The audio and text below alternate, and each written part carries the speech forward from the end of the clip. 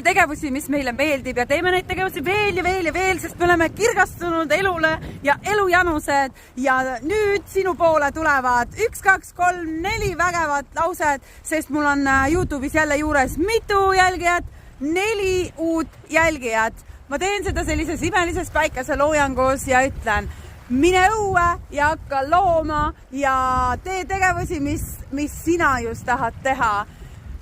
Tuletan sulle meelde, et midagi vägevat on maailmas veel peale selle, et jonnida ja kui minna õue, päike oli peidus pilve taga ja sa märkad ja lubad loodusel, et see tuleb uuesti sinu ees välja.